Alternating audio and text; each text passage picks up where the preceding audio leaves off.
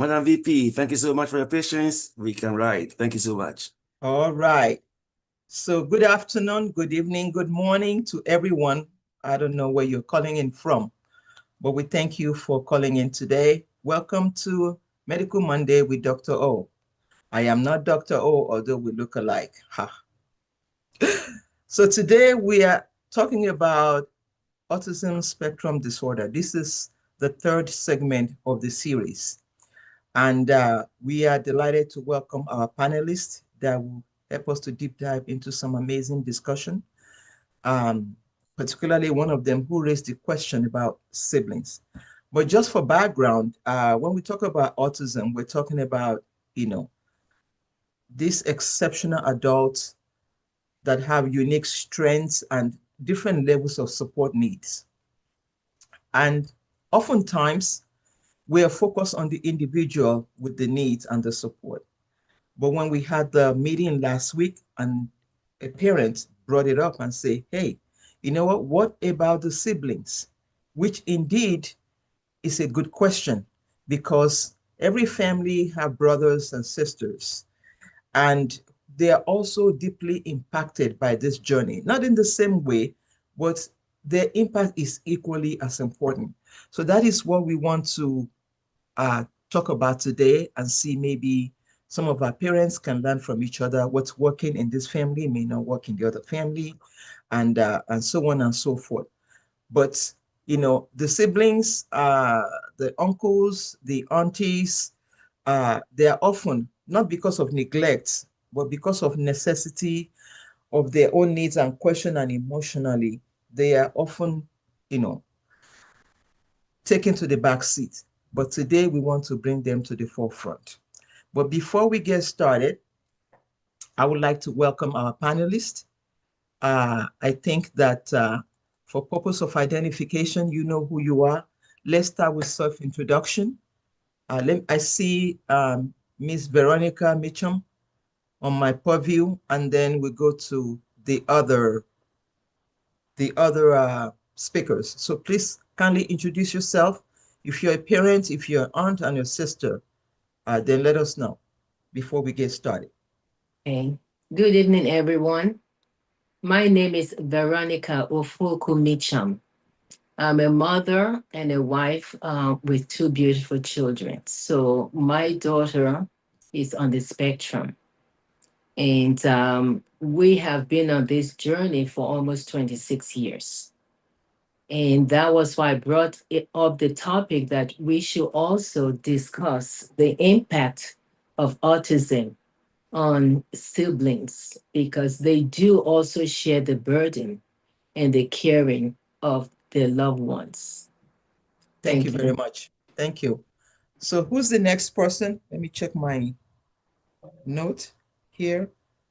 Mrs. Chioma Ukpabi. Is she here?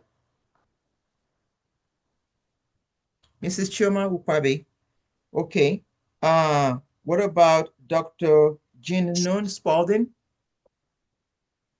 Hi, I'm Jen Spaulding, but I'm not a doctor. Okay. I am a retired teacher, and my daughter was actually diagnosed with something called hyperlexia, which is hyper reading. She taught herself the alphabet at 2 and started reading by 2.5. She knew all of her numbers to 5 at 18 months, and she was always super, super smart. So I had her, I was like, but she's not talking that much. She should be talking more. I talk all the time. So my husband is quiet. Someone has to pay attention. But anyway, um, she, we took her to first steps, early intervention, found out that she had a speech delay. She could read before she could talk well, which was mind blowing. Mhm. And so she, at the time when she was diagnosed in If you don't mind, 2000, ma'am, just like, summarize just a oh, self-introduction. We'll sorry, get to they're all sorry. excited. Yeah, Okay, that's okay. Just summarize who you are and why you're here. okay. So like I said, I'm Jen Spaulding. Dr. O, I asked me to come and to speak on our experiences. Thank you very much.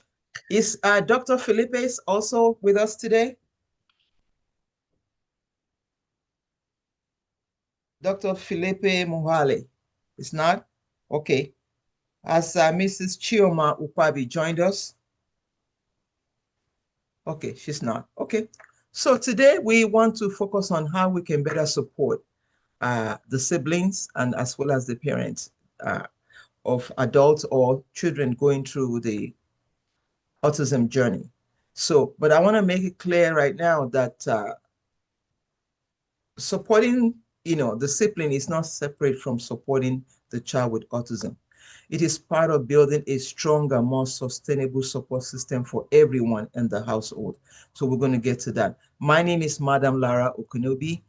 I support adults with developmental disability here in Los Angeles, and I've done so for about 30 years with skill training and employment opportunities. So where support improves, outcomes will increase.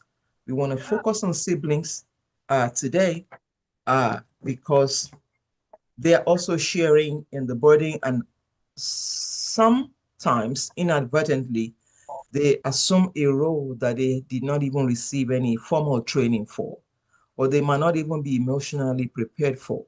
But they're there as a sibling and they're dealing with it. So we're going to talk about it. So this is an open discussion. We would have somebody help us to monitor the hand raising or the chat in the box. But, we want, first of all, to open by talking about some of the typical challenges that individuals with autism spectrum or even other developmental challenges that they experience. Most of them experience significant communication challenges. Some of them, they describe them as nonverbal, but I do not like that language. I describe them as people who do not use words to communicate. Yeah. So some of them have repetitive behavior, they're very strong in routine. It helps them to stabilize and make it predictable for them what to expect, what they're involved in. It just makes them comfortable, you know. Uh, some of them require substantial support. It depends on what part of the spectrum that they're in. And some of them can navigate things by themselves. They actually don't want you to tell them what to do. Most of the time, they are always above average intelligence. So their IQ is high, So emotional intelligence is what's often low because, they're always often emotional. They have strong language skills. Their social skills are not that strong. Sometimes their conduct is not often socially acceptable. So people don't know how to relate with them. But we're going to talk about some of that. Some of them have difficulty. Okay. Some of them have difficulty reading social skills, uh, and some of them have very deep social interest. So Dr. Tazani, I'm glad to welcome you as well. I didn't get your name, but you are Okay. part of the, so please give us a self-introduction before we start the questions. Okay. Good night, everyone. My name is Abila Tazani, and I am a pediatrician located in Prince George's County, Maryland. I have a practice called Spectrum of Hope that primarily supports children and youth in a family-centered way who are on the spectrum. But my most important role is that of being a mom of 5 children, 3 of whom are on the autism spectrum. And so it's here to kind of just share my experience with siblings, both siblings that do not necessarily have an autism diagnosis, and sometimes how even siblings with an autism diagnosis can interact and support others. So. Very well. So we're going to use you as a last resort. This is not to put additional pressure on parents. It's just to share, common experiences and see what we can learn from each other. So I think that my sister, uh-oh. I think that Miss Veronica Mitchum, right? It was it was your idea to have this discussion. So I'm going to give you the first priority in terms of answering a question. And the question is, they're not set questions. This is a free fall. So feel free to talk about as much as you want to, but let's just pause so that whatever you talk about, we can pass it on to the other person and the other person and have a very robust conversation. Does that sound good? Yes. Okay, so let's start with you. Can you tell us a little bit about what are the most common emotional or developmental challenges that siblings of your adult child face, that you think they face, whether they've expressed them openly or not? What do you see?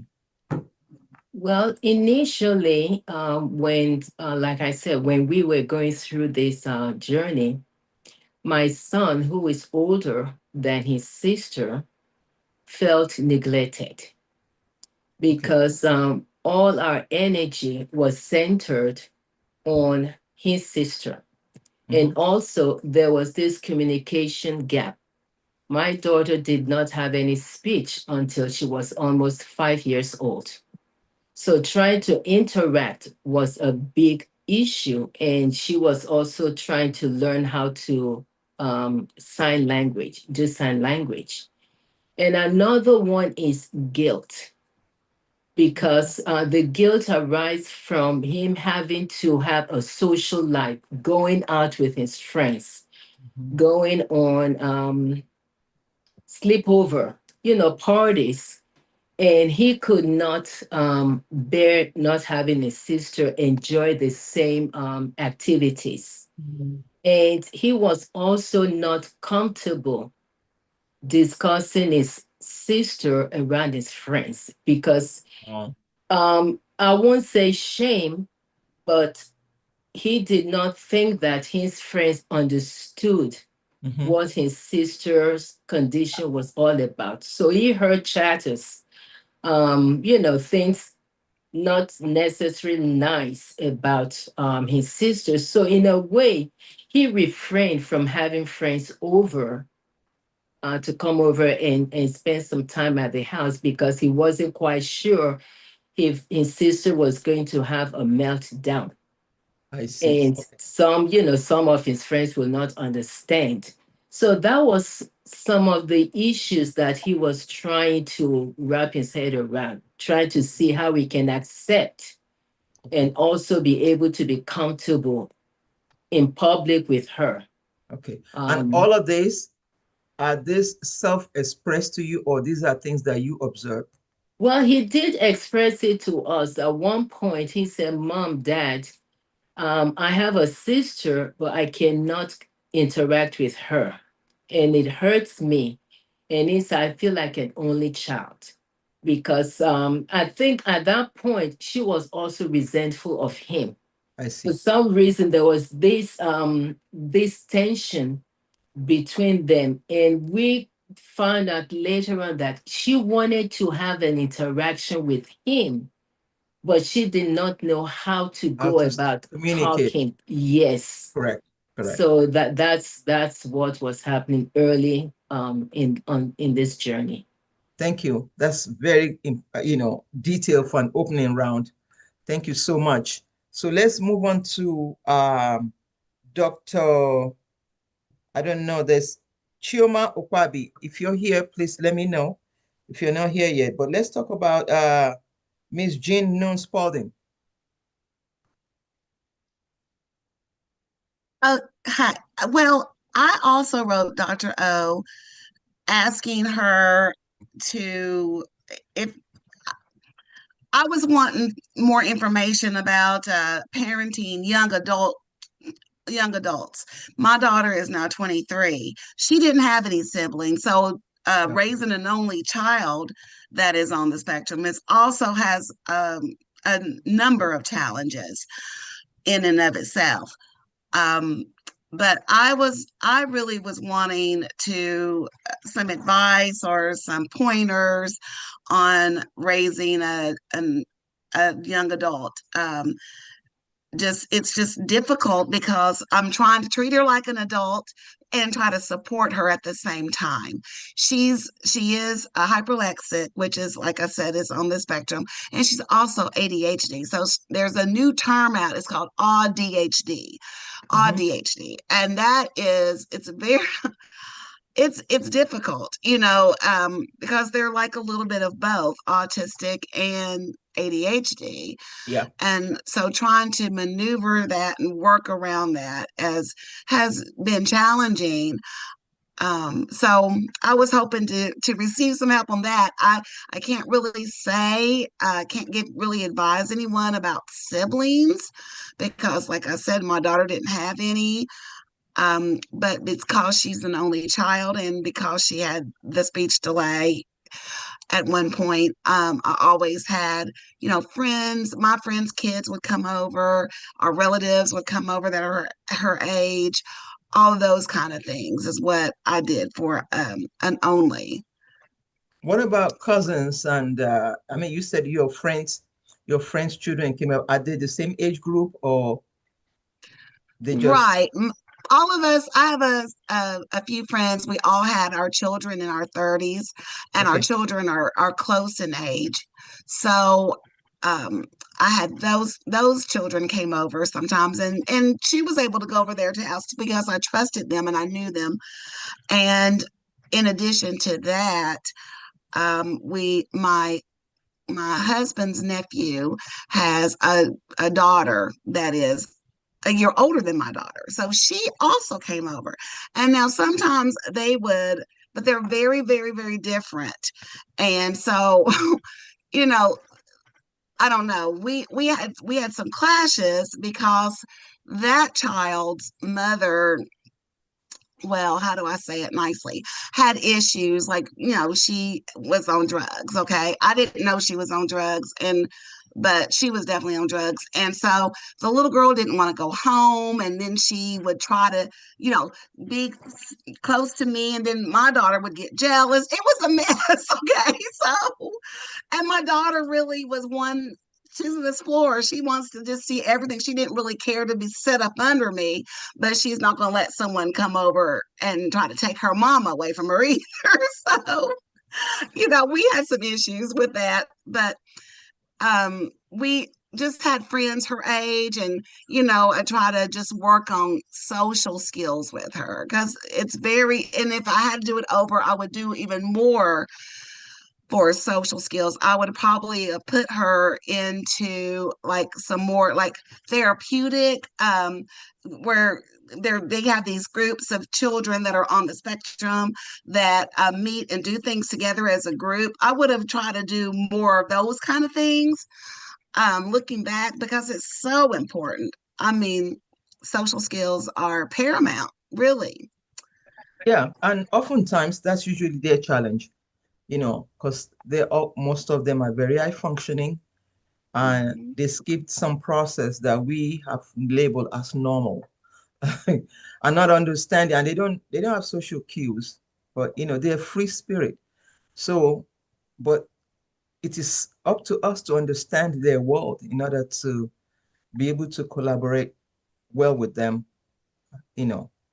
Otherwise, my saying is that they're not broken. So nobody try to be fixing them. They are who they are. But today we want to talk more about how does this, lack of understanding affect siblings?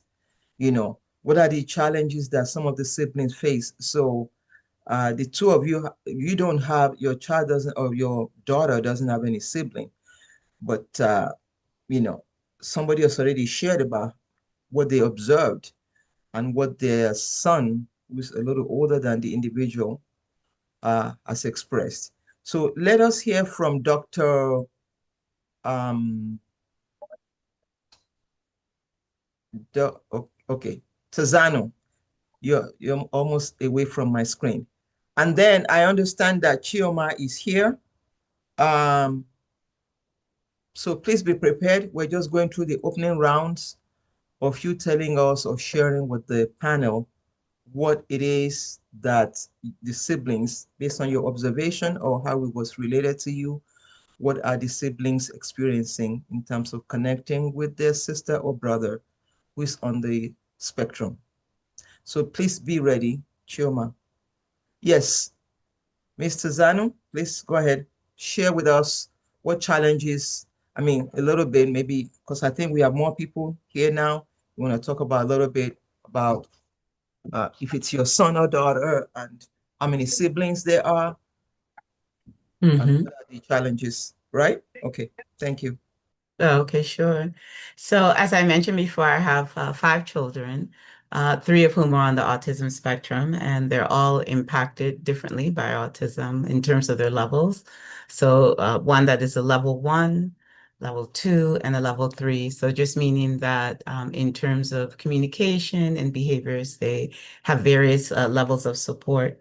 And then I have two children that do not have a diagnosis of autism. So, my oldest son, and then my fourth son, who falls in between my two siblings who have more of an impact from autism. In terms of, how they felt, I think a lot of times there was, um, as mentioned before, a lot of attention on the younger siblings.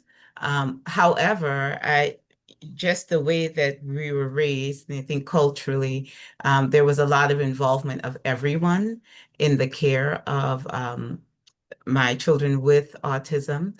Um, my oldest son, I would say he felt like he needed to be in a role of almost like the third parent in the household. So took on a lot of responsibility and attempted to really try and understand what were his siblings' needs.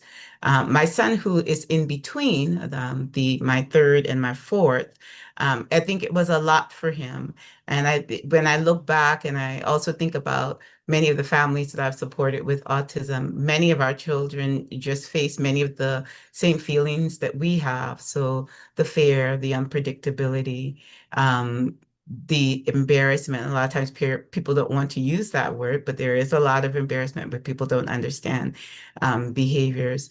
And I will share one story from my fourth one. I remember I would always encourage my kids to write or talk about their emotions. And if they couldn't talk about it, then write it down.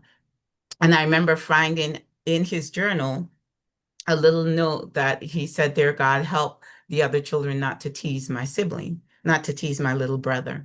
And so that really helped me to understand that it was really very heavy on his heart. And I found that to be true for many of the siblings that I've supported in my practice. At one time, we had sib shops, and many of the kids would say they just didn't feel like they can talk. They could express what was on their hearts, but they felt almost the exact same emotions that we as parents felt. Wow. You have two in the spectrum or three? Three Three in children. the Three are. spectrum. Okay. Mhm. What are the age gap? So I have the five. The oldest is 35. The youngest is 23. The Okay. children that are on the spectrum are 29, 27, and 23. Do they get along, those Yeah, I three? think yes, they do get along, but the role is sometimes changed. So for, like I said, the oldest, sometimes he is more of that parental. He sees himself in a parental role. And all of the children, even those that, even between the ones that have autism, everyone is vying for attention. That's just how it Yeah, is in a household. So everyone vies for attention. But at the end of the day, I will say too that there's just love. yeah. So if someone does something that's harmful or says something that's mean, they're okay if they can be the ones to do it. But if someone outside the house does it, then there's a strong defense of Absolutely. their siblings. So That's a good ecosystem. I was asking if the three that are on the spectrum, if those three, if they get along, are they empathetic to oh, each they other? do. They do. They pretty much do. I will say the oldest on the spectrum, he didn't actually get his diagnosis till he was 18. And it was something that I pushed for, but because he was not as impacted as his younger siblings. Yeah, So for him, he didn't see himself like his siblings that were more impacted. I see. Now that he's older, he is protective and understanding. my daughter, who kind of falls in the middle, she's a level 2. She is like a little mother to her youngest, to my youngest who's on. So even within the dynamics of both of them having autism, there's a kind of a unique bond that they share. Absolutely, absolutely. That must be fun. You should do it. It's a busy household. You should have a movie for all of them because they all have different strengths, especially the three. Yeah. And they've seen themselves both even as caregiver to each other. The way you're describing it. Yeah. Well, that's good. That's awesome. So, Miss Chioma, I understand that you are here. Do you want to jump in? Give us a quick introduction, who you are, about your loved one that is on the spectrum, and talk about what are some of the emotional or emotions that you experience the sibling going through. Okay, good evening, everyone. Well, as a panel, it would be important for you to show your face. My phone, I don't know what is wrong with the camera. It's not I see. Okay. sure. Yeah. You can't help it. Okay. So, my name is Chioma Ukpabi. I'm a mother of 3 children. My oldest is 24. The second one is 22. Then the last is 18. So my second child, which is my first son, has autism. So for my oldest child, which is a girl, most of the time she feels very frustrated. She sees him as somebody she sees him as somebody that nothing is wrong with.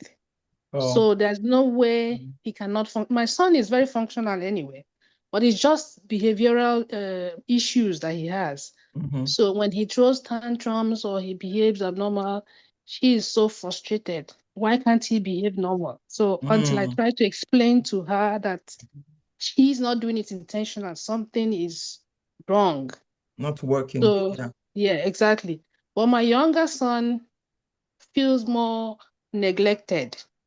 So he feels the attention is supposed to be towards him, not his elder brother.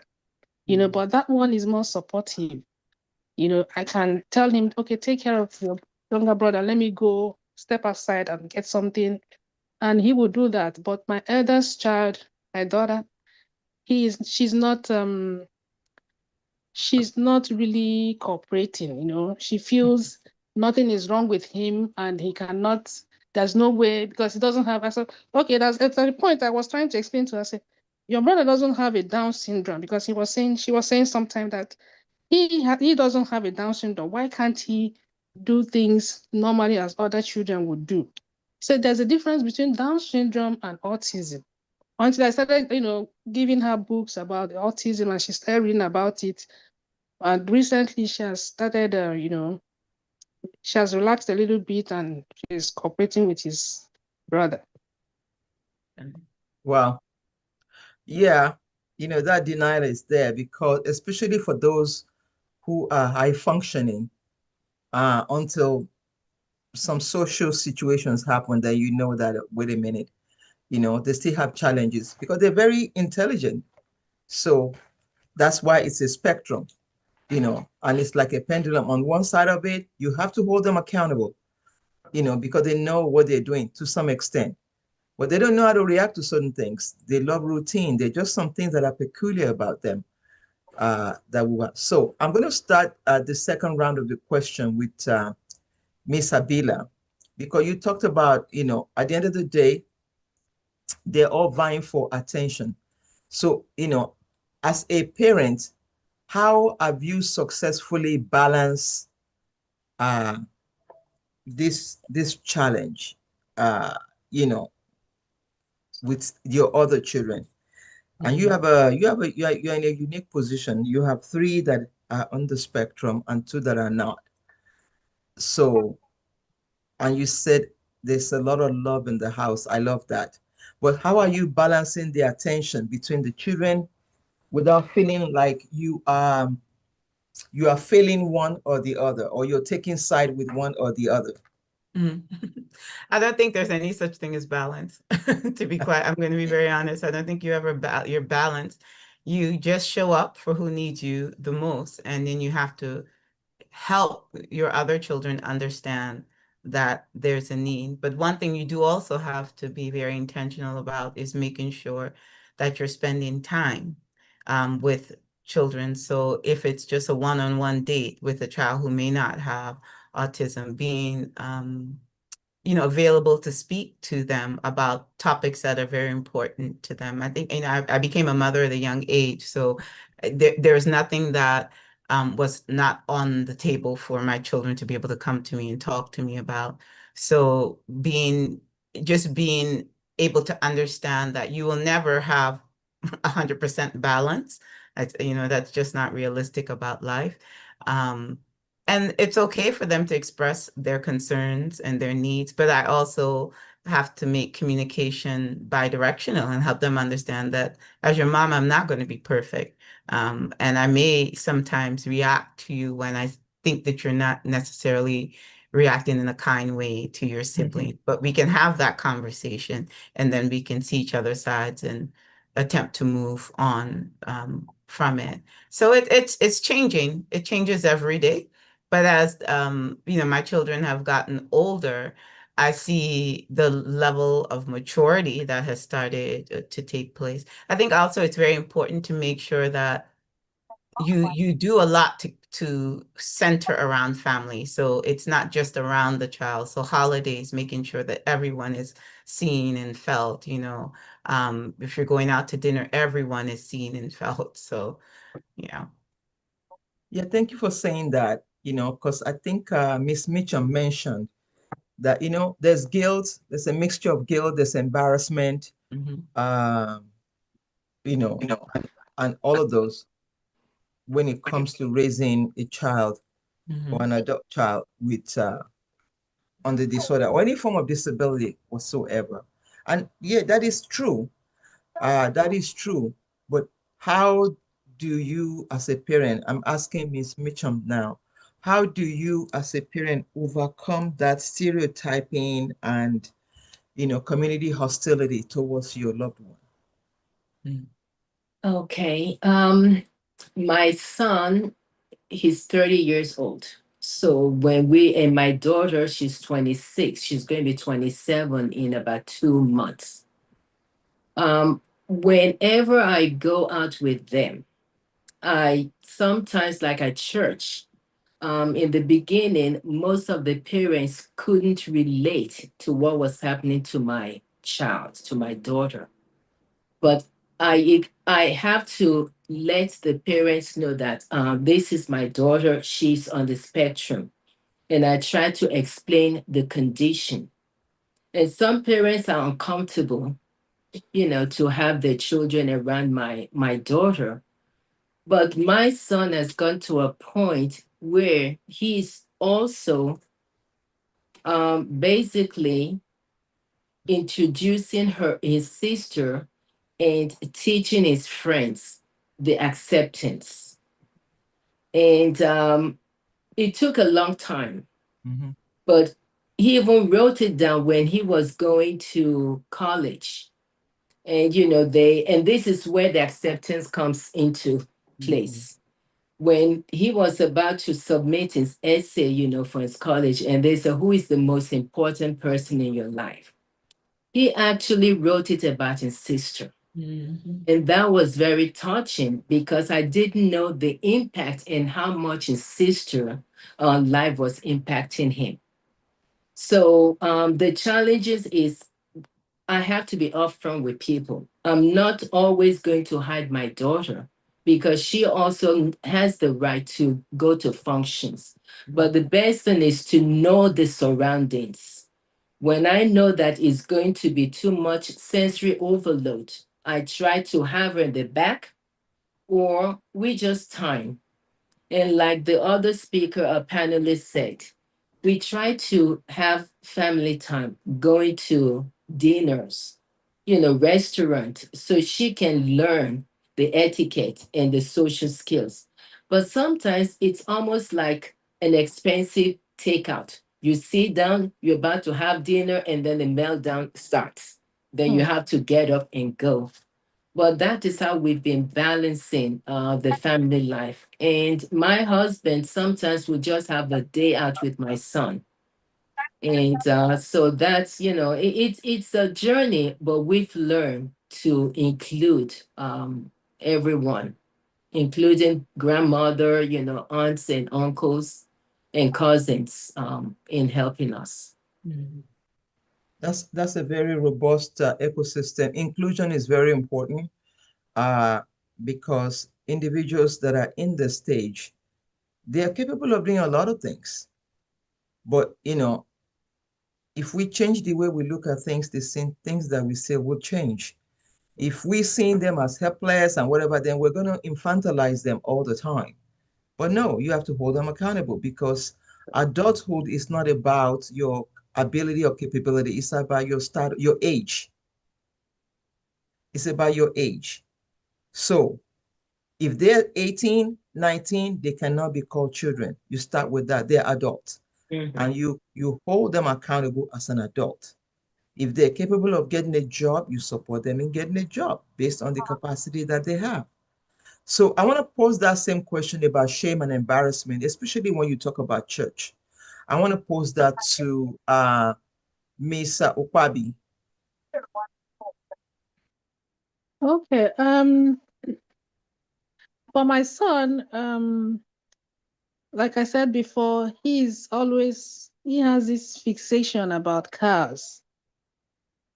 So when we go to church, I usually have toy cars, small cars that I have, I don't let him take it to church, but I put it in my bag in case the meltdown starts. So usually when we go to church, we usually sit, near the exit. So recently I'm a Catholic, by the way. Recently he received the Holy Communion.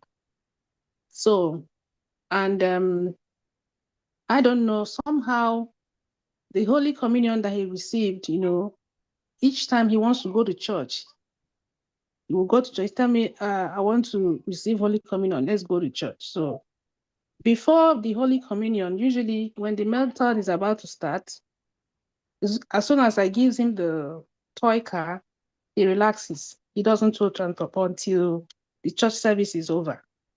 But since he received this Holy Communion, he doesn't throw tantrum anymore when we go to church. I mean, he's looking forward to going to receive the Holy Communion. So that is the new experience, the new thing I'm experiencing in the last 3 to 4 months.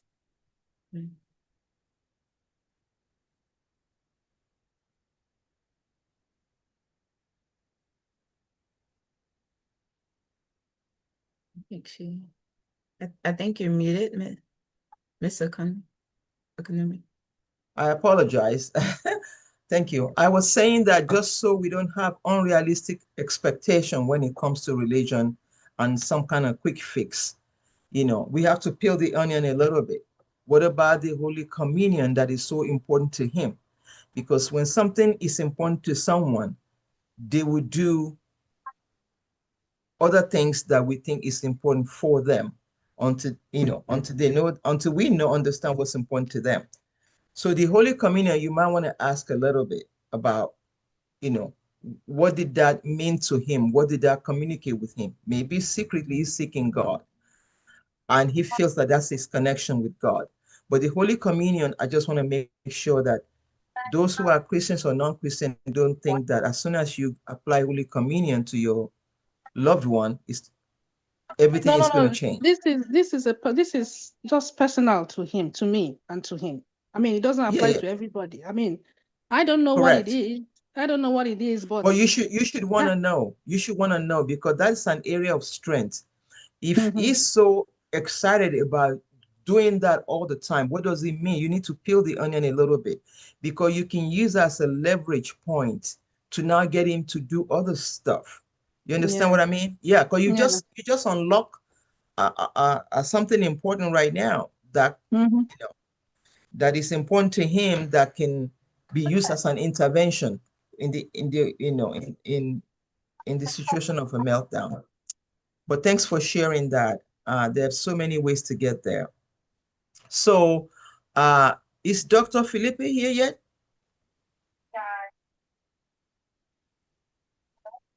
Okay, he's still not here. Yes. Oh, you're here? Yes. Yeah, I thought Okay. I saw him. Yes. All right. Okay, Dr.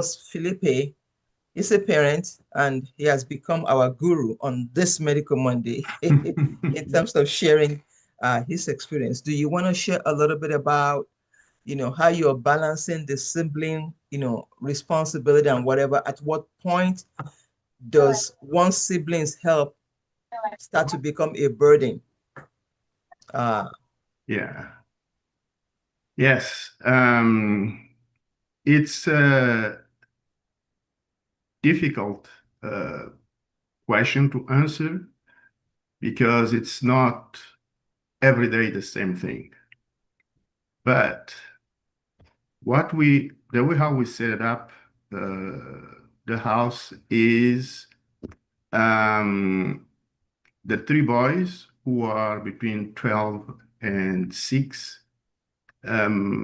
We try to have them playing in the same room at the same time. They are all very independent individuals.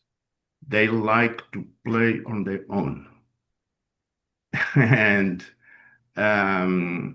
in order to get them to be responsible for each other, so we do that. They play in the same room. And another thing, I think this is common to many parents. If one wants to drink juice, he has to bring juice, especially the old one, he has to bring the juice for all the three. Okay. But as soon as, for example, the youngest one, who's still in level 3, goes to a meltdown, then we intervene and we tell them, as soon as there's something happening, call us. It's not your responsibility of taking care of your brother in case of a meltdown. Okay? But for the play, yes, it's your responsibility to play with each other. So we are trying not to make them be adults or replace the parents. We want them to be brothers who play together at their age. That's the strategy we use. Yeah. Yours is actually different, and that's a good strategy because the three of them they're on the spectrum. Yes. Yeah. So there's no burden on anyone because they have to share the responsibility. Understand boundaries that you're setting for them, and start to create a social network amongst themselves. Exactly. Yes, exactly. And what we observed more recently is that all seek to be together. We don't need to tell them, hey, you came from school, go to your room and play. They do that automatically, but after a moment, one by one, they will be leaving the room and stay in their corners, play their favorite repetitive games. One likes to draw cartoons. The other one just sits down. He will be playing with his pens or whatever. But it's after a while, spontaneously, they will get together again. So we have reached that balance in which they understand that staying together, it's important. And playing together, it's important. I have to stress the fact that the oldest and the second Now people who don't know us, hardly they would know that the boys are on the autism spectrum. But years ago, they were level 3. Okay. Yeah. And so what I'm also trying to say is that we try to treat them like any other That's right. child will be treated. Yes. And if they do wrong, they know they're in troubles. If they do right, we'll repeat that. You did great. You did great. But we don't treat them like children with any sort of neurodevelopmental disorder. We treat them like anybody else. Yeah. One more thing is we try to keep them extremely busy as much as we can. We have them on all sorts of sports that YMCA offers, and we put them in music and You might want to school. hold off on that. We'll talk about that when we talk about practical support strategies. Yeah. Okay. All right. Yeah. But in your case, because all of them are on the spectrum, nobody can get a pass. You know, No. what works for one is going to work for the rest of them. You're having the same intervention. Very good. I see a comment in the chat. Dr. Ugo, you said you have a comment about the Holy Communion. Please make it brief. Yeah, I didn't hear everything the first person said clearly, but I have experienced that my nephew, who is now 16,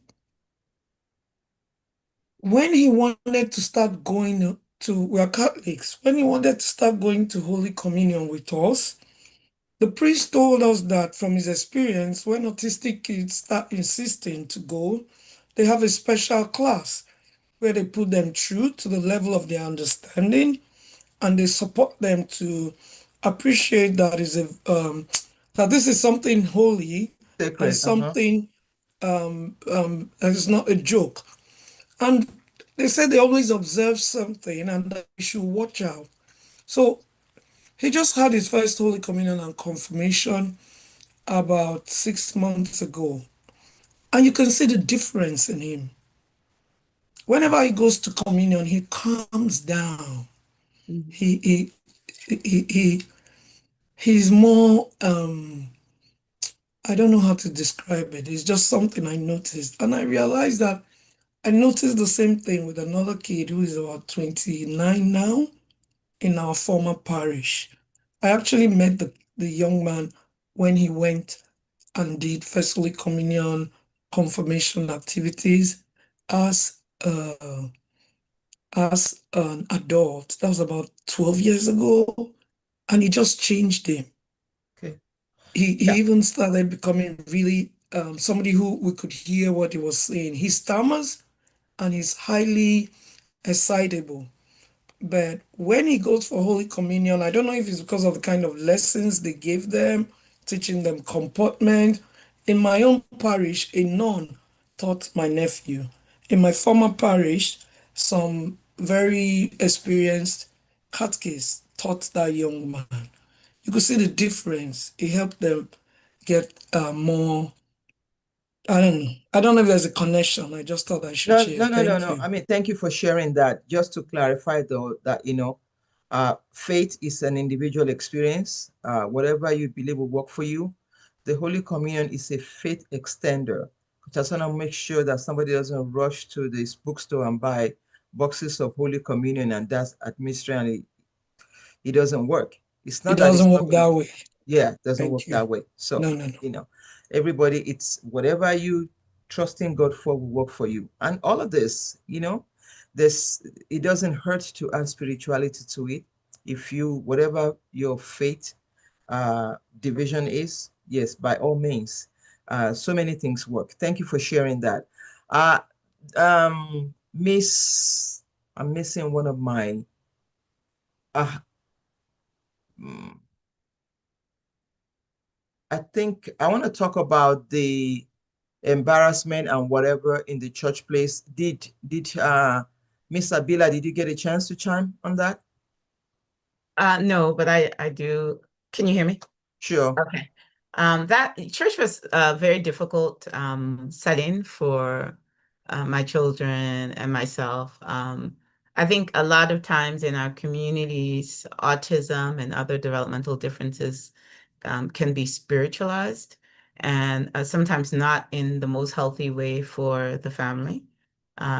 So the church that I grew up in was the church that I was attempting to have my children raised in and wanted to have them, part of like some of the Sunday school activities. We faced a lot of people who started to kind of make them invisible, and also a few that kind of openly rejected them from being in settings with some of the other children. So you can imagine that was very painful as a family, because many a times we are looking to our faith-based communities to be a source of love and acceptance, and so it may not occur. I do think that faith-based communities are trying, across different religions to be more understanding and accepting. But we just had that challenge when they're very young. Now my children are older. We're not necessarily a member of any one particular church, but we will visit various churches. And so I feel like they can definitely adapt to sitting through a service and actually maybe even enjoying the service with participating in, singing and worshiping. But I will say that in the beginning, it was very much a challenge, to the point that I did leave that church environment. But I also I'll be remiss if I didn't mention that one of the biggest supports we did get was actually at a church that did an amazing job of creating safe spaces and havens for children with developmental differences. The pastor had a child who had significant special needs, and they created a respite program for other families. And so it was an opportunity to really get breaks as caregivers, but also they also created educational offerings for families and retreats for families. So, it can go both ways. You can have those that, may not be accepting, may reject, but you can also have those that use their experience to be life-changing for those of us who are living with developmental differences.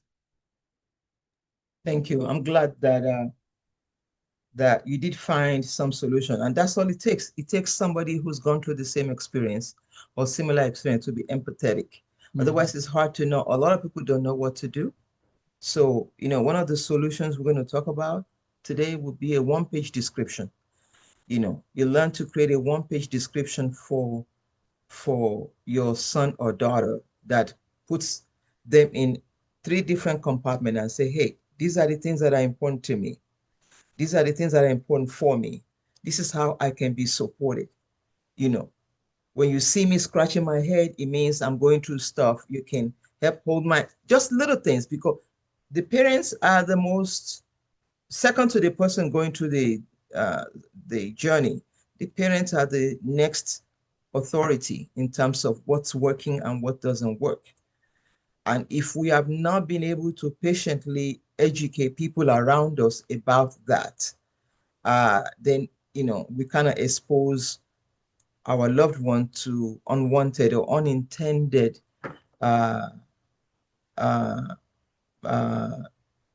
mean spirit, kind of.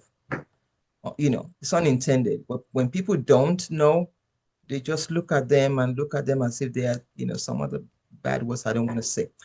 So anyway, so let's talk about what kind of intervention when there's a meltdown. What kind of intervention works between the sibling and the individual that is going through? Let me talk to Miss Chioma Ukpabi. What kind of intervention works for your son, or is it a daughter, your loved one?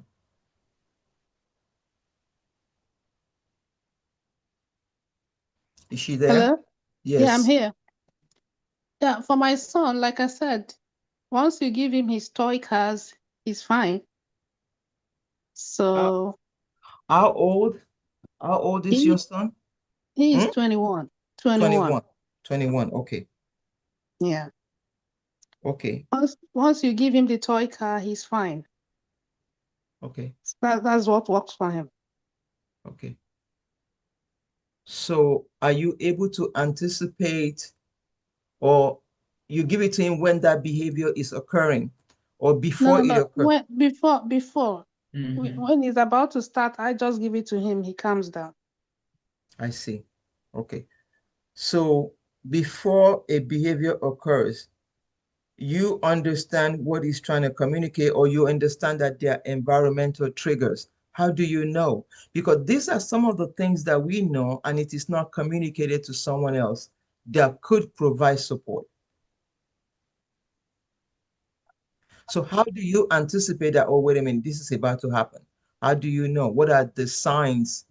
Does it start pacing the floor, going back and forth, or does it start holding on to your clothing? What are the For him, is usually he doesn't just start throwing tantrum. Something triggers it. Of course. It's So what are either those antecedents? What are it's those either he wants antecedents? something. Okay. It's either he wants something that he's not supposed to have, or he wants to go where he's not supposed to go, or eat what he's not supposed to eat, something like that. Okay. So when it's about, if he will ask for that. If you tell him no, then he's about to start. Okay.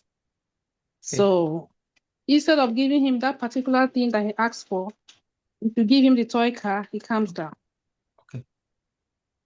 He's a good man, because when you're saying that something is not supposed to have, something is not supposed to eat, how do you determine that he's not supposed to have it or eat it? Is it safety related?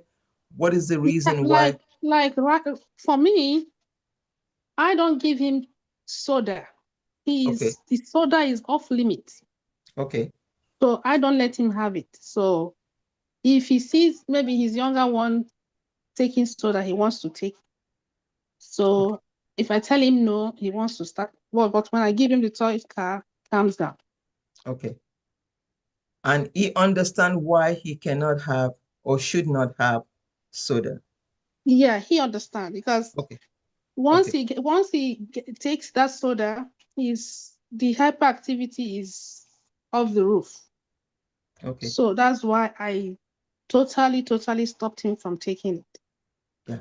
I mean, those are great, because what I'm trying to pull out is that he's included in the decision making. He understands that this is not good for him.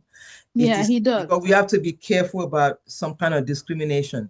So he's not feeling like, oh, because I have a disability, or that's why I can't have soda. No, he has to understand that these are the side effects of this particular thing or the other, right? Yeah, he does. He does. Okay. Good job. Even in school, the teacher, like 2 days ago, the teacher called me that because I told them at school, please don't give him soda. So he did something great in school. The teacher called me and asked me, can I just give him just one? Okay, no. The teacher asked me that he wanted to give him the soda. He said, mommy said no. He told the teacher, mommy said no. So the teacher now called me and asked me and told me this is what he said. I said, I told you people will not. In my house, I don't give him soda. I tell him no when he wants it. So that's why he's telling you that I said no. So no. That's good. So those boundaries are good. So let's go to Dr. Fillipe.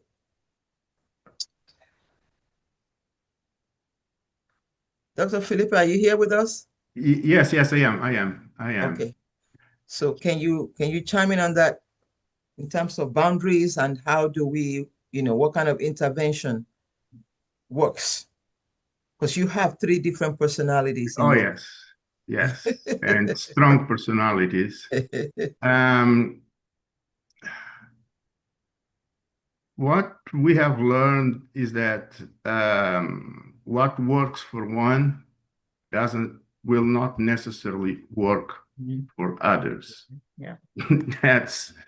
That's the sad part of it, because for each one of your kids, it's a learning that you have with them. Your experience matters maybe a little bit, not too much.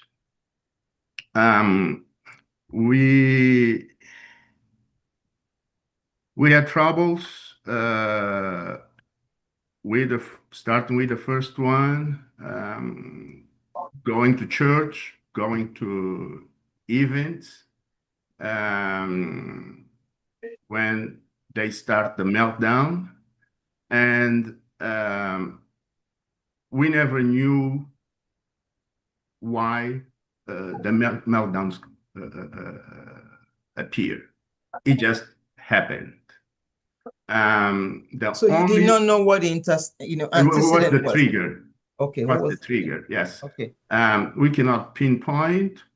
We can maybe say, well, the change of scenery, the presence of lots of people, the noise, but sometimes we can go to a place and everything goes well. So we really don't know why that happens.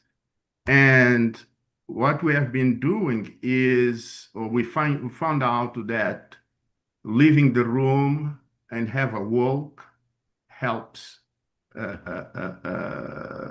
dealing with the meltdowns.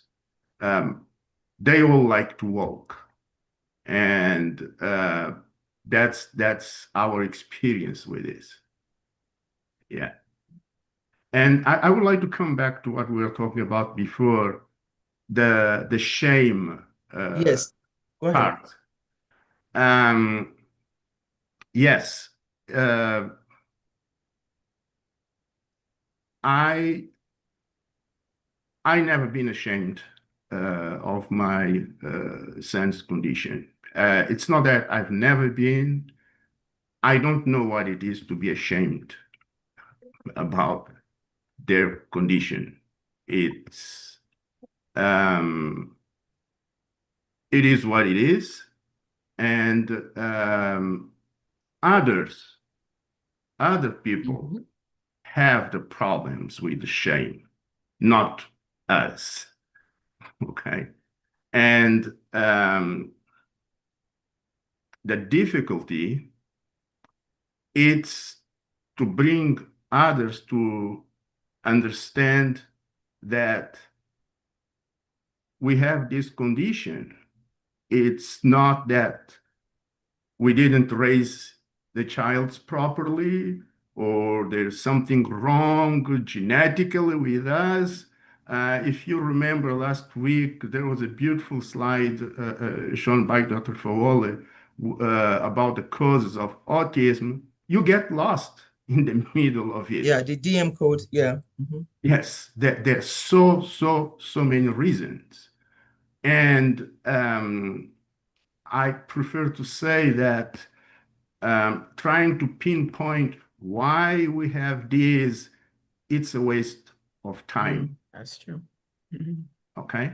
But how, as a family, as a community, and globally as a society, we help the families, or we help the children with autism, that should be our focus. But and as we're doing today, for example, I can presume that not everyone here has a child in the spectrum, but we are present talking about this. This is a huge advance that we have. But again, we should not know what it is to be ashamed because of autism. That's what I would like to add here. Thank you very much. That's absolutely correct. Because today, our focus is on expanding the lens with which we look at things, so that altogether, whether the person is on the spectrum or not, even as a family, Yeah. so we can intentionally build a stronger community. And everybody's life is important. Everybody's life is important. And there are things that we can benefit from those individuals. As a matter of fact, here in Los Angeles, USC is using some of them as a test to figure out, some part of technology that they want to, develop to see, and that technology is not going to be restricted to just them. It's going to be for everybody that is challenged. We all have our different challenges. So I'm going to pivot to Miss Spaulding. For you, you only have one, so there's no sibling situation, so to speak. But what experience, what are your experiences with embarrassment, shame, or what have you in the community? I mean, what public places do you take your daughter? And what has been your experience in terms of acceptability by other people? Well, it was quite difficult for me when she was little because everyone just assumed she was spoiled because she's an only child and that we were spoiling her. Well, I was learning that, about sensory issues and meltdowns and those kind of things. And I'll tell you, I'm also a children's book author and my books are about her. But the one day we were at church and I wanted to go my way out the door. There were several doors. It's a huge church. And she was like, no, I want to go that way. And she was about to have a meltdown. And something said, Jen, just stop, look at her way and look at your way. Well, my way was crowded, loud, just a lot of people. It was just too much. And the way she wanted to go, it was no one went that way at all. And I said, we'll go your way. And that was the premise of the book, the first book, Miracle at Bates Memorial, because it was that day that I realized I've got to be in touch with my daughter's sensory issues and learn how to work around them, learn how to help her with that and learn. And so she has learned, she's 23 now, as I mentioned, and she's learned how to make accommodations for herself. She's learned what she can do, what she can't do. I know we took her back to college one time and I was like, Lily, you want to go to Top Golf because she loves Top Golf, and I'll have, Larsa, which is my Sands daughter, and my friend from high school. I said, we can all go to Top Golf. She said, Mom, I'm all peopled out.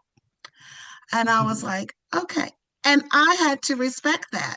I'm very social. I'm like, I'm all out there. And my daughter is she's not me. And that's okay. And so she's learned how to speak up for herself, and she knows what she wants and what she doesn't want. And for the longest, I told you guys, she had a speech delay.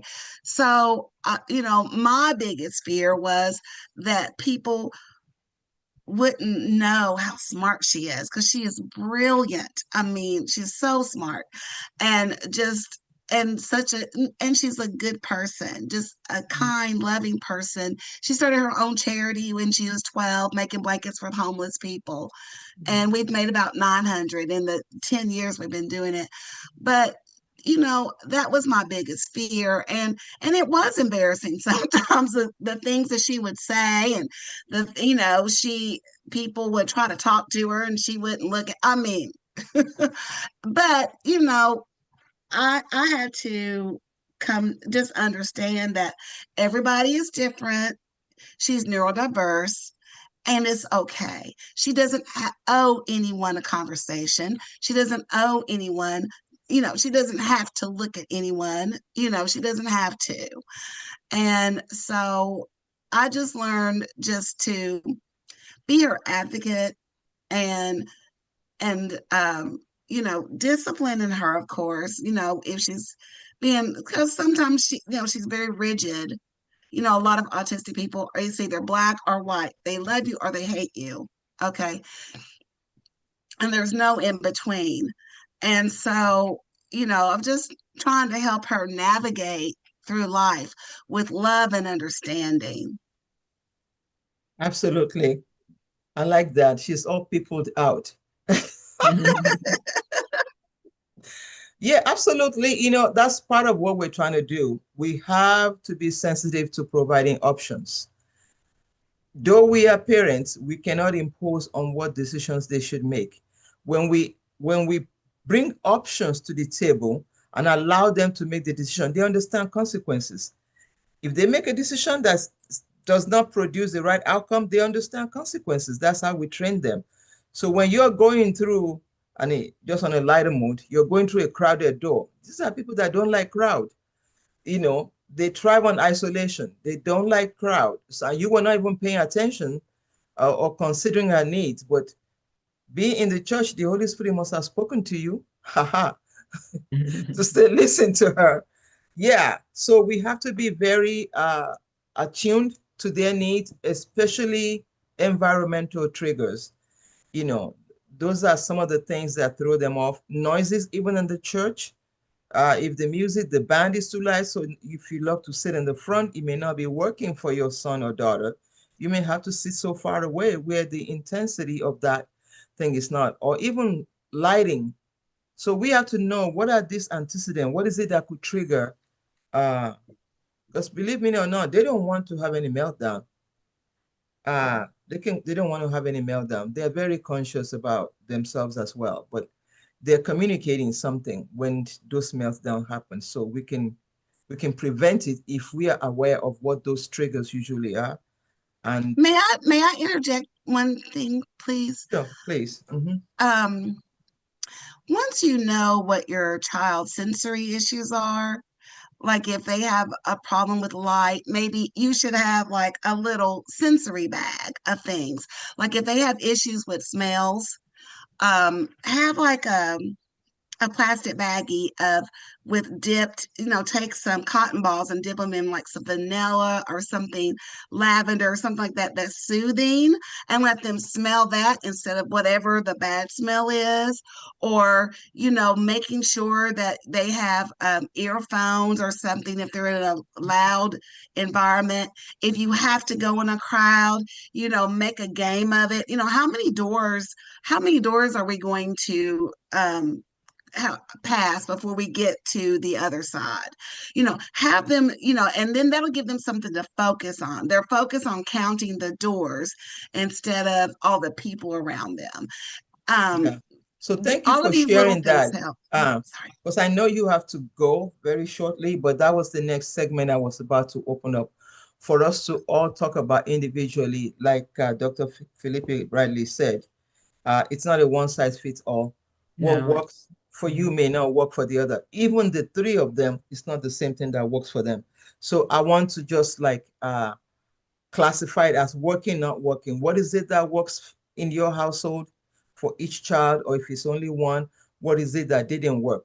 Because at the end of the day, we want to learn from each other. So I'm going to have you go first, Miss Abila. You have three.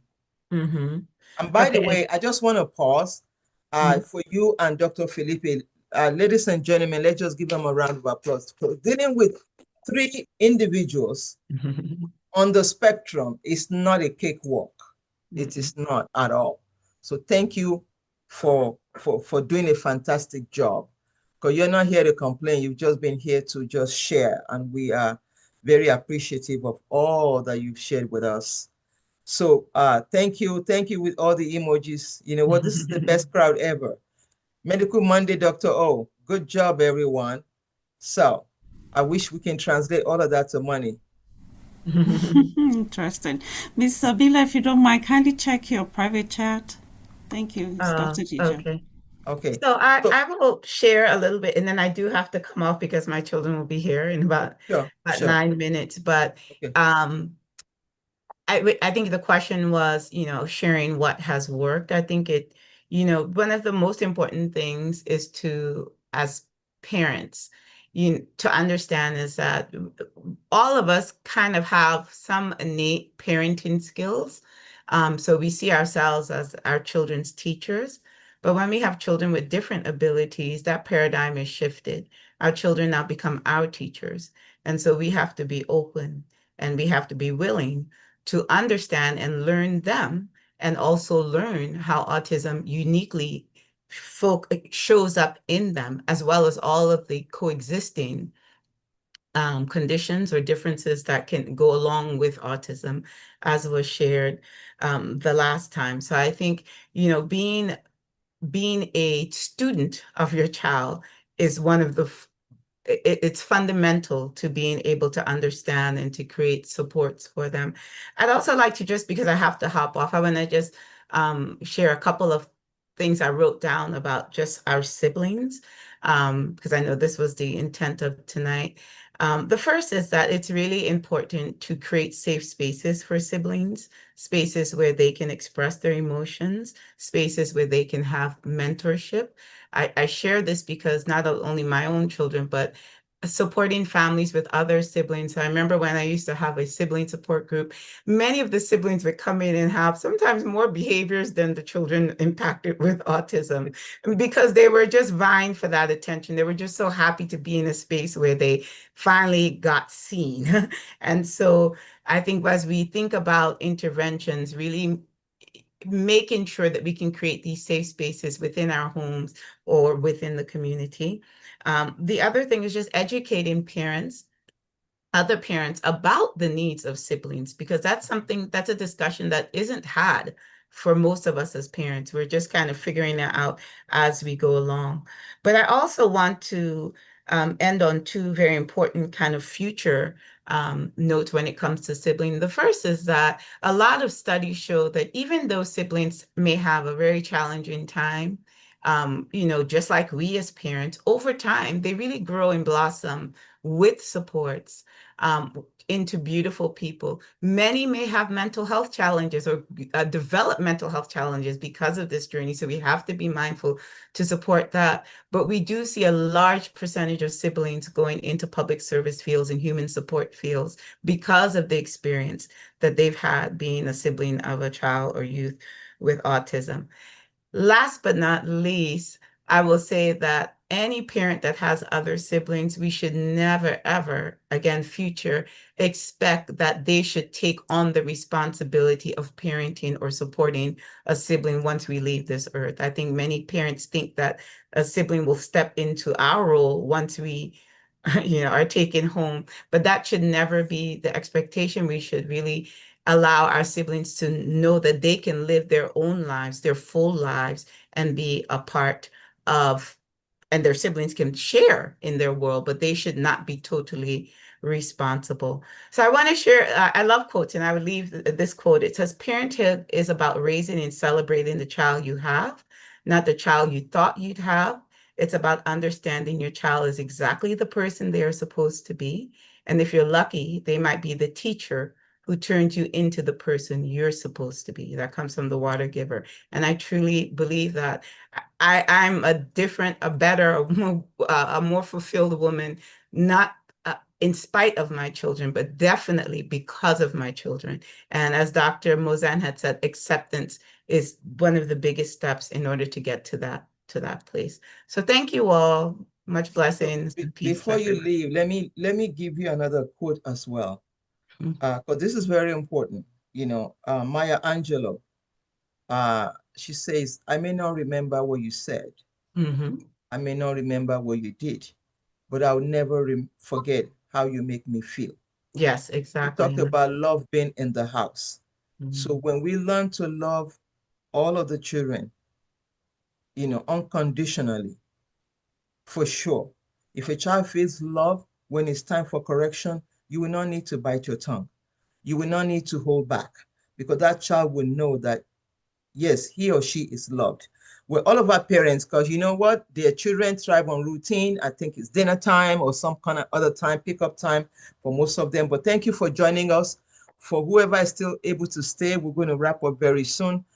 It's been a pleasure having you, Miss Abila. Thank you. And thank you. Ms. Ukpabi, I know that you You also, it's dinner time. It's okay. You are excused. Miss Spaulding, you probably left already. That's okay. And we have two speakers still standing or sitting, right? Miss Abila, kindly check your chat before you Yeah. run. Okay. So, Thank you. Miss Mitchum, you are the one that's going to answer all the 10 questions I have. Just kidding. Okay. So, Dr. Fillipe has shared a lot of experiences with us because he's also in a unique situation. He has 3 boys. They are siblings of the siblings. They are, dealing with all kinds of stuff all at the same time. So I want to ask the both of you, but let me start with you, Miss Mitchum. Your daughter has a brother. Correct. How do you schedule a one-on-one me time in order to balance your parenting?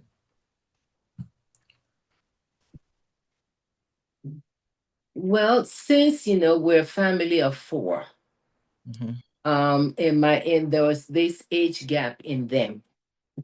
What we do is after dinner, my son will sometimes help my daughter with puzzle because my daughter loves puzzles. That's her biggest joy. So we all sit around at the dining room table, trying to help her, put puzzles together. And then sometimes she will bring paints. She likes to draw and paint. And we do that. And for movies, my husband will just ask my son, do you want us to go out? And in the evening, we all sometimes will take a walk, just walking and talking about things in general. But that is what we do. We try to schedule as much family time, but sometimes it doesn't work because my daughter may not be in the mood to do anything. And we can see, like the other speaker says, you never can tell when a meltdown is coming on. But we have learned her behavior because there are certain words that will trigger the meltdown, in which we try to tell friends and relatives not to say certain things in her presence. For example, when you start a conversation with hey with her, it's a total meltdown. We can see it. Welcome back is another trigger point. So language is important to her. Correct, Hey, yeah. Okay. Yeah. And so, and sometimes Ecolea, we can tell that something is happening with her. And when she starts repeating your words back to you, we can see that maybe she's overwhelmed with activities. So we do try to get her involved in activities as a family. But sometimes, she just wants to be by herself. She loves to read and watch movies. And my son has helped her a lot, sharing his books with her and also helping her with Hello? Hello? hello? Okay. Can you hear? We can hear you. There was just a quick interference there. Somebody on iPhone. Okay, go ahead. Okay. Yeah, so it's a man, and also her brother taught her how to take deep breaths to calm herself. Coping That mechanism. correct. We never knew that until we saw them together. She was about to have a meltdown, and my son said, "Okay, take a deep breath, count to 10," and then he will, mimic the thing Demonstrate. for her. Then he will say, "Okay, 1, 2." So slowly she started learning how to De-escalating. cope. Okay. Correct. Yeah. So, so there are different challenges that we learn along the way. Taking her to doctor's appointment, the first thing we'll tell the pediatrician or the dentist, keep the conversation short because there's this small Attention window. span. Yeah. Yeah, the small window So everything is in and out. Talk to her, but don't make her feel like she has to answer everything that Don't you. make it sound like an interrogation. I know Correct, what. yeah. Yeah. Mhm. Thank And you. like the other speaker said, she's very loving. She has a beautiful smile, but sometimes she just doesn't know how to deal with the social skills, Yeah. personal space. That's typical. That's part of the challenges to face. So, Dr. Fillipe, how do you allocate me time for each son?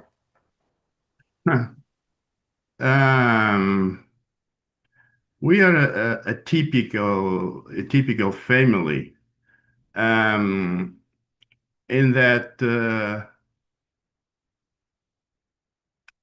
evenings, it's basically where I consecrate my time to read and do things like that. And my wife has her computer work to do. And this is Monday through Friday. So we don't have specifically organized time to spend individually with Okay. each one, but we use the meals as the moment to be together, and then we use the individual activities that they have to be either with the mother or with the father. They don't all do the same things. We can have the three of them busy in different places. So that's where we have the individual time. Interaction. Okay. Yes. Okay. But that's one thing. And during the weekends, we try.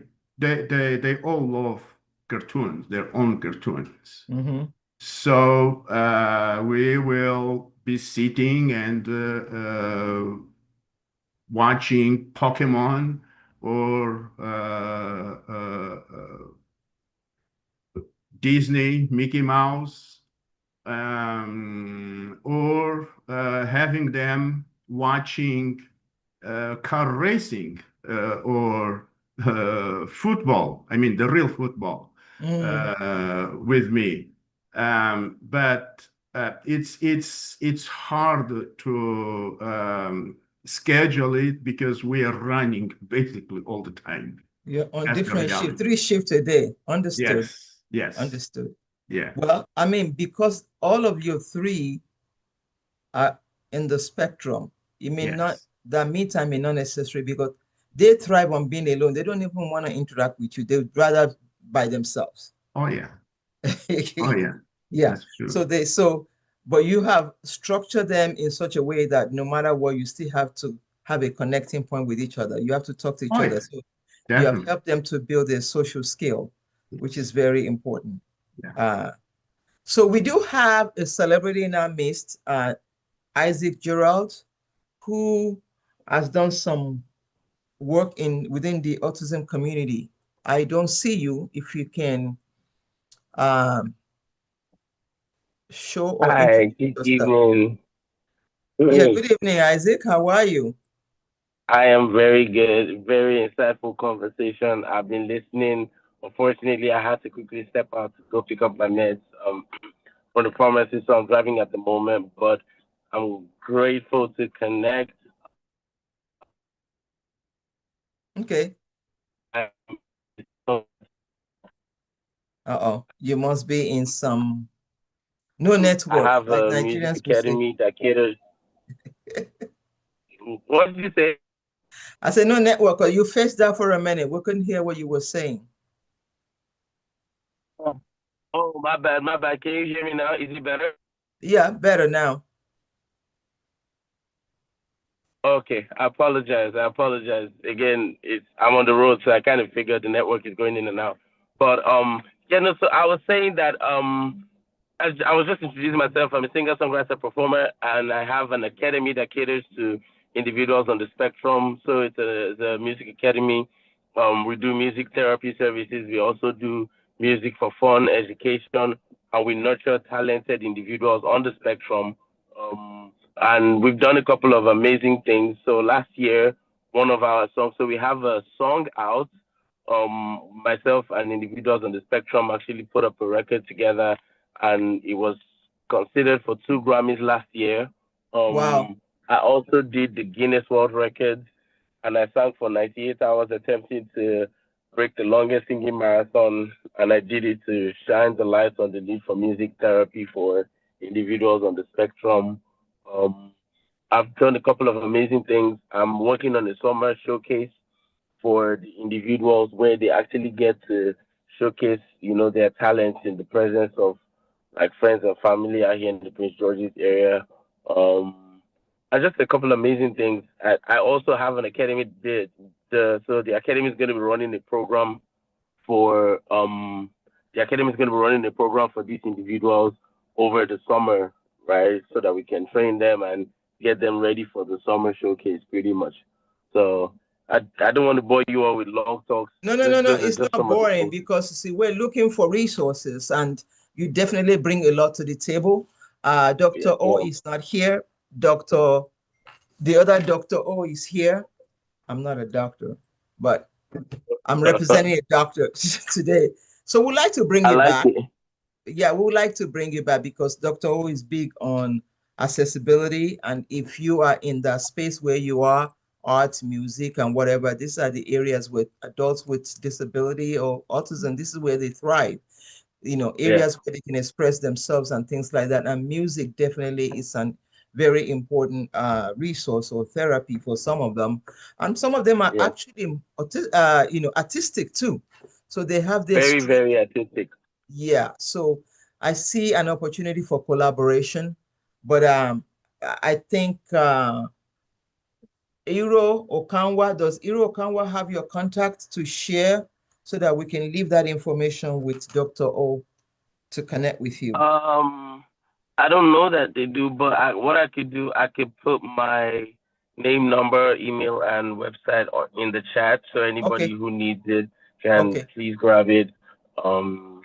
As Gerald, 226798764. I'm just gonna put my name, my number, my email, and my website on there. So I like I said, I pretty much do a lot of things. My main thing is in the music space, but this for me is advocacy. So I host events as well. I MC events. I sing. I have a band and everything. And I get these individuals to actually perform with me sometimes. So that's like the beautiful thing. And again, how old are you? 70? No, no, I'm not. I'm about to be 40, but at least I know that in this lifetime I have to make an impact. I've been around a bit. And I'm grateful to be able to, like I said, reach out to people because, like you said, they're super talented. I have worked with a lot of them, and they are super talented. And I'm grateful to be able to make an impact. Very well. Give me your number. Let me write it down. It's 202-679-8764. Hey, wait a minute. I ain't that fast. Bro, slow down. I just put it on the chat. Oh, so okay. I see it now. There. Okay. Yes, ma'am. All right. Yes, ma'am. And I'm putting my website also. So please, I'm looking for organizations to work with. We're also trying to get sponsorship for our summer showcase because we want to do it outdoor. We want to make it big. I always say these individuals, they don't deserve anything less. And I remember one of the speakers saying, look, we don't want to treat them any less than the regular child, right? No. So my thing is, I always involve all of my funds, go big. Like I said, the song we did, the music video we did, it was considered for Grammys. That speaks to the quality of what we do, right?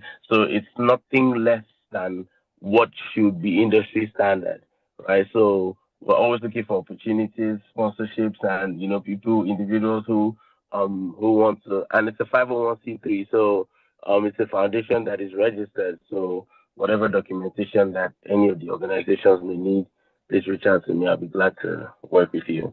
Very well. Thank you for sharing. We'll be in Yes, touch. ma'am. Okay. Yes, ma'am. Appreciate you. So, Yes, ladies and gentlemen, as we wrap up, we have about 18 minutes to wrap up. Is there anyone in the audience that wants to ask a question? Feel free to raise your hand, or you want to give compliments to our brave parents that have shared so much today, or anything that you desire to say. Anybody in the audience? Okay. Oh, Dr. Zogu, do not There tell you me go. you're at work. You must not be at work. I want to say good afternoon, sir. How are you? Good afternoon. How are y'all doing? Yeah, you did a Fine, great thank job, madam. You really, handled this very well. And the panel, we really thank you guys for really sharing. Really, kudos. It's not easy even raising other children. So talk less of the challenges, you know. We do see some patients, with autism, seem for cardiac condition, one or the other. And so we have had some experience with some of them, but I wanted to ask some questions. How how do they take, things that we may consider like white lie, or how do they handle things like, let's say you had promised something and then you don't deliver it the way it's promised? How do they handle things like, okay, let's say if you have siblings and you are discussing future plans, college funding, education, or marriage, and things like that. How do the other ones relate to that? When you have family meetings to discuss things that affect the family, how do they look at some of those things? Can you comment on these areas for me, please?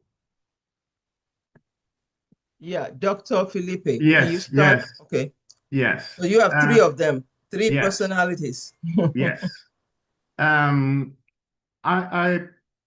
have two examples. So the older one started school, and they had meetings for the band and all that, and we didn't know where he was. And so we decided to get a phone for him. And of course, the second was a bit jealous that he didn't have a phone. Okay. And we explained to him, to the second, that we had planned for your brother you guys start having phones when you're 16, not now. But the circumstances are such that your brother needs to have a phone at school. And the phone, it's not a toy, it's for cases where it's needed. Okay. It was hard, but then he accepted. The other example I have where negotiation was needed, the second boy took a test for gifted children, and he's in the program. And they are both in the same school. They were in the same school. And we discussed it, well, how the older Will feels that his little brother is in the gifted and talented programs. The surprise was that he was super happy that his brother is in the program. And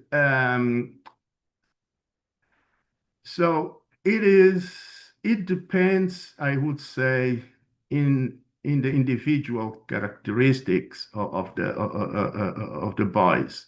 The older one seems to be more, this is contradictory, but in terms of big social pictures, he's more understanding and easy to deal. The second one is more difficult to understand those little nuances of life that one is getting this and you don't. But conversation, we don't talk to them like babies. We talk to them like individuals. Hey, this is the situation, and this is how we decided to deal with, and we do this because it works well for everybody. Yeah, I And think the question that Dr. was asking, it has to do with trust. Okay. yeah, How do you get them to trust you? But you have built that around them. They have already trusted you, so that even when there looks like there's a discrepancy, it is easier for them to accept your explanation.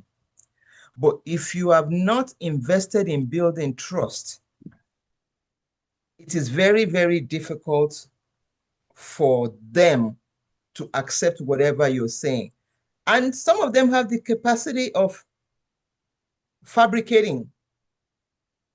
Right, Dr. Zogo? That's where you're leaning on in your question. That's exactly, that's true, because, sometimes when you're discussing clinical condition and you're being very factual to them, they actually absorb more than some parents do. Some parents may want you not to tell them the exact thing, but I'm one of those people who are so pernicatic about truth that I believe that truth penetrates into the deepest of any spirit. yeah, That once they hear that, they will understand. Like we say, you can't have this because of this condition. You see this map about your heart. If you do this, it's gonna be doing da da da da da da da. They pick that information so quickly that I actually begin to beg parents to say to them, please, if anything you're gonna talk about this case, tell them exactly the truth. Don't worry about whether they're gonna understand or not. Let them be the one that have the issue of understanding. Just tell them the truth, and you'll be surprised that they would absorb it quicker and understand it more than you do. Because once you shift it, when you tell them gray when it is white, or tell them that it's blue when it is black, that confuses them so much, and they can't really, they can't separate that very well. So to me, I believe that just being exactly the truth the way it is makes it easier in dealing with these children. You're right. You cannot underestimate their capacity. So we have about 10 minutes to go. I want to just one word. Okay, yes, sir. Go Just ahead. to complement this, I told my boys that back home we have a saying that lies have short legs. So that's the way we talk. Either you like or you don't like, we present things as they are. If it's black, it's black. If it's white, it's white, and you are right. At the end, it creates trust. But it's easier doing this way. That's what I was trying to say. If you're straightforward. Yeah, and this is also a fact for any individual anyways. You need to be upfront about things with anyone if you're going to build trust. And any relationship that is not built on trust is not going to stand a long time. So we have to learn that. We are not sparing them, like Dr. Zubu said, do not spare them from anything. You give it to them as it is. Let them process it the way they want to process it. If they have follow-up questions, and when you say this is yes, and that yes is about to change, you need to give them heads up and let them know, you know what, things have changed. What I told you before is not going to happen because of XYZ. You cannot treat them like they don't matter. It's very important that they know that they are important.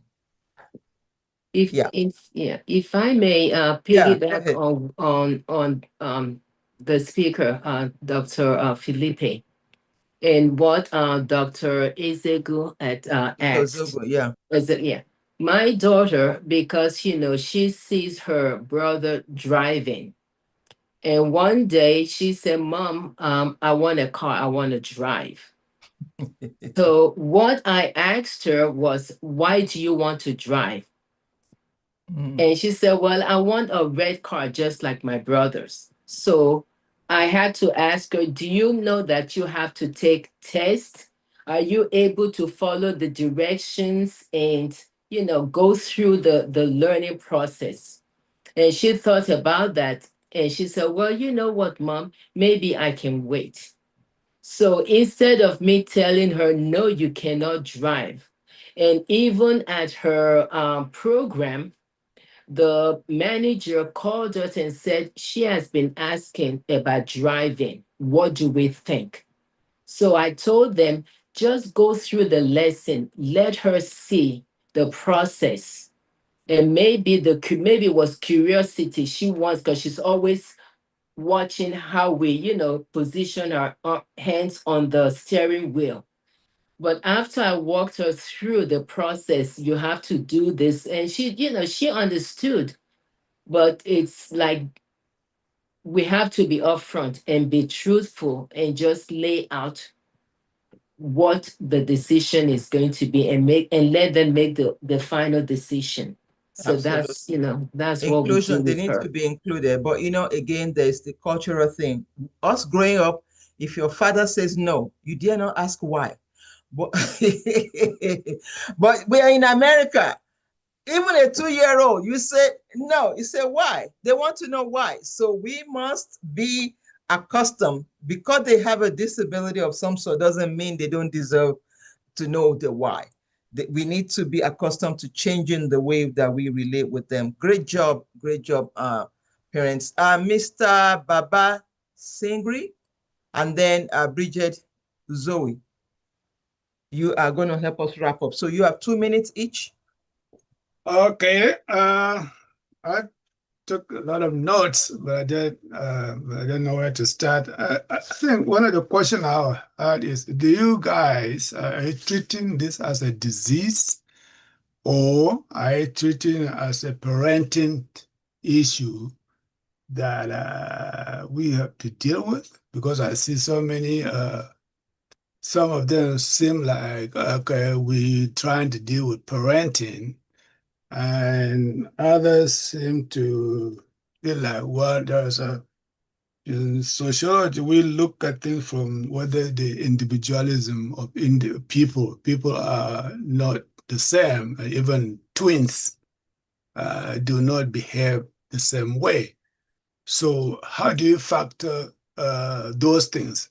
Because I hear so many things going on and back and forth, and then I'm like, okay, parenting. I used to do parenting education before I went to the academic area. So I'm kind of trying to figure out, are you treating it as a disease? Of course not. This is the neuro. Huh? This is a neuro divergent situation. It's not a disease. Disease is something that is subject to cure. This is not subject to cure. We're talking about coping mechanism, how to provide better support that will still help them to live the quality of life that they desire. This is not a disease, and I don't think any of the parents here would want to look at it as a disease, but they understand it's a neurodevelopmental condition that they are navigating. The person going through is also trying to navigate, but together as a community, there are some things that would work better in supporting them, how they want to be supported so that they can also enjoy the best of life. Is there any other question? What I'm saying is that, is it what it sounds like we are looking at individualism as, or lack of conformity, like something classified as, okay, autism, rather than no. Okay, that's not what we're talking about here. People are just different, and children are different, and they behave differently, and we have to accept that, and then just deal with them accordingly, rather than labeling them. Because I look at it more like there's a label and then there's a stigma. And then I hear people say, oh, there's a shame and all those things. So that means that we are These aware. are the different experiences that they're going through, and we have to be realistic in dealing with them.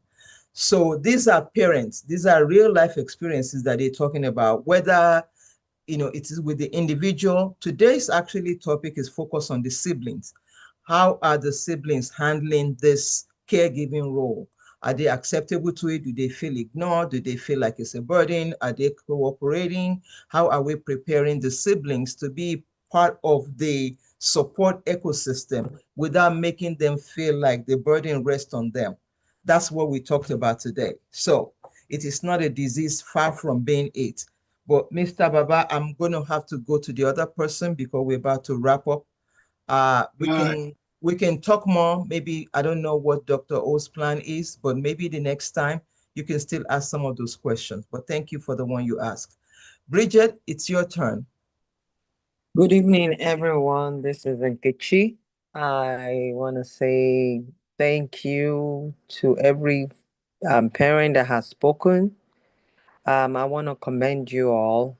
It is not easy to come out here and share your story.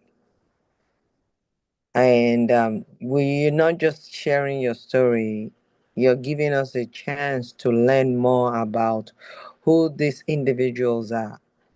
There are cases where people see them outside, they tend to reject them and think they shouldn't be known or shouldn't be seen, which is not okay. But you guys made us understand that all these individuals are talented, they are gifted in their own way.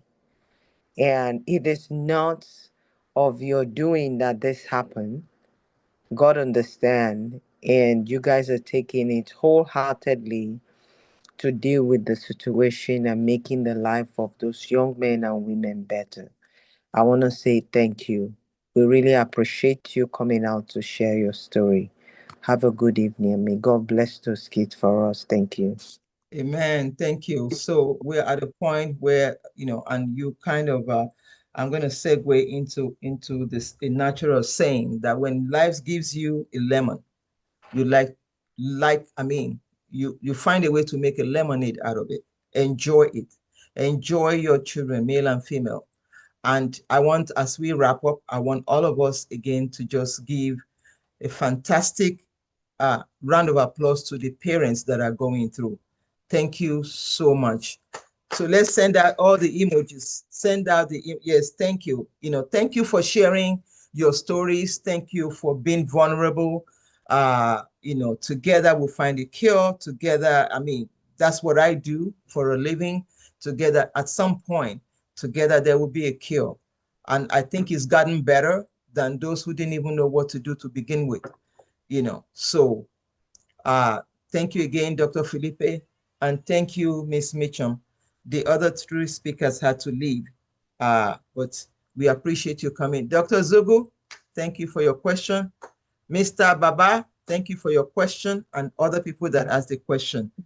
Have a good night. Kachifo Odaro, Sego. Thank you very much. Bye-bye. Dr. Lara, you say you Good job. don't call you Dr. Lara, but you are.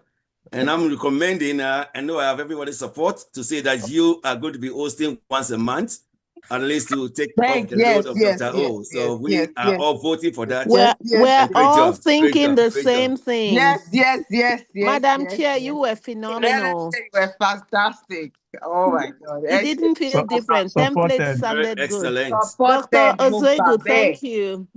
Thank you. You guys are troublemakers. Honorable panel. All of you are, especially those from California. You guys are troublemakers. Dr. Mitchum, how are you? Dr. Veronica Mitchum. How are you? Who is speaking? Is this Dr. Veronica Fwewune? Oh, how are you, my sister? Dr.